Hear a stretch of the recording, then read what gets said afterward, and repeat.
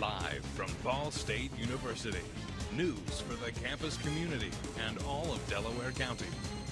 This is NewsLink Indiana. It's the talk of the Hoosier Nation, the Hoosier State. Indianapolis Colts owner Jim Irsay, a popular figure in the state of Indiana, is facing 4 felony charges after being arrested on suspicion of driving while intoxicated. Good evening and welcome to NewsLink Indiana. I'm AJ Brammer. And I'm Courtney Cooper. Thanks for joining us. Irsay was arrested in Carmel late Sunday night. Hamilton County Police say he failed several roadside field sobriety tests before he was arrested.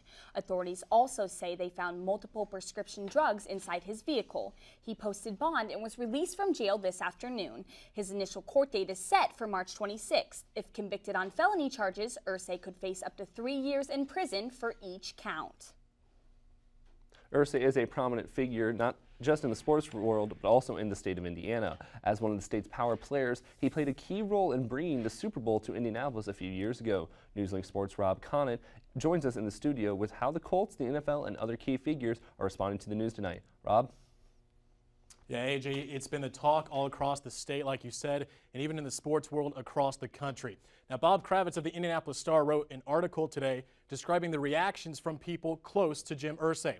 One source told Kravitz that Irsay needs help and that he's been battling a drug problem for some time. Now, in his article today, Kravitz wrote, quote, "In a twisted way, Jim Irsay's friends have been praying for this day. They've been praying for the day when he'd reach rock bottom and be forced to come to terms with his drug problem." Now, Kravitz also compared Chuck Pagano and how he's taken the lead on finding a cure for leukemia and how Irsay could be a guiding light for those in the grips of addiction. Irsay actually took to Twitter after being released from jail today, saying, quote, "Deepest thanks to family, friends, fans, colleagues, and everyone else for the messages of support, thoughts, and prayers. Impossible to tell you how much this means." Now, while Colts fans and NFL fans hope Irsay can get help, the NFL might come down with a punishment for the Colts owner. According to the league's personal conduct policy, it goes for all personnel, not just players. Irsay could be fined, suspended, or even banned from the league. There is no word yet on if or when the NFL will make a decision. In the studio, Robert Connett, NewsLink Indiana.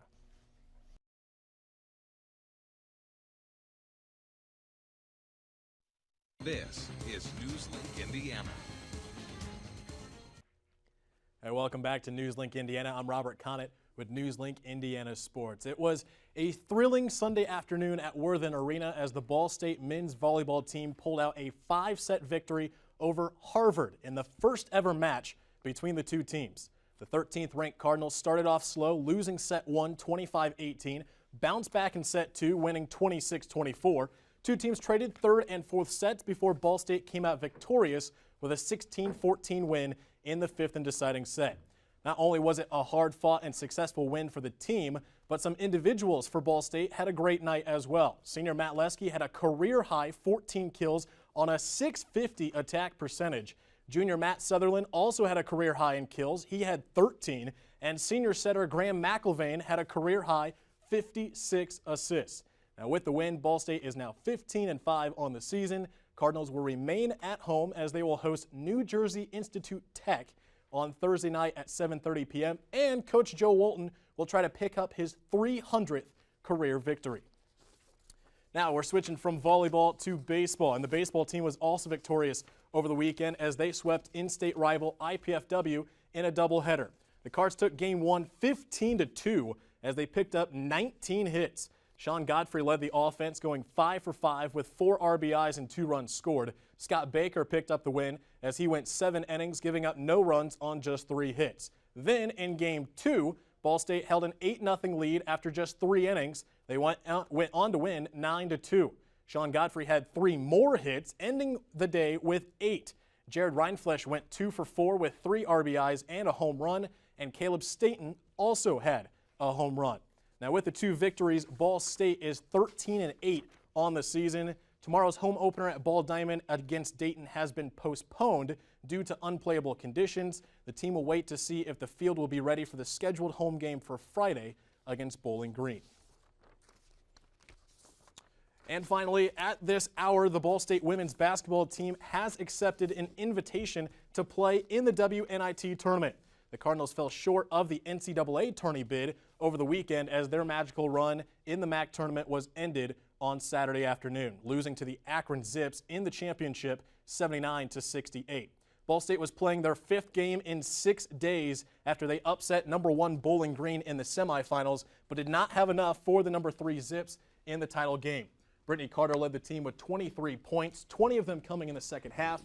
Brandy Woody had 15 points. Natalie Fontaine finished with 14. Now, Brandy Woody and Shelby Justice were honored for their phenomenal play in the entire tournament as they were named to the MAC All-Tourney team. Justice set the MAC tourney record, hitting 15 three-pointers throughout the 5 games Ball State played.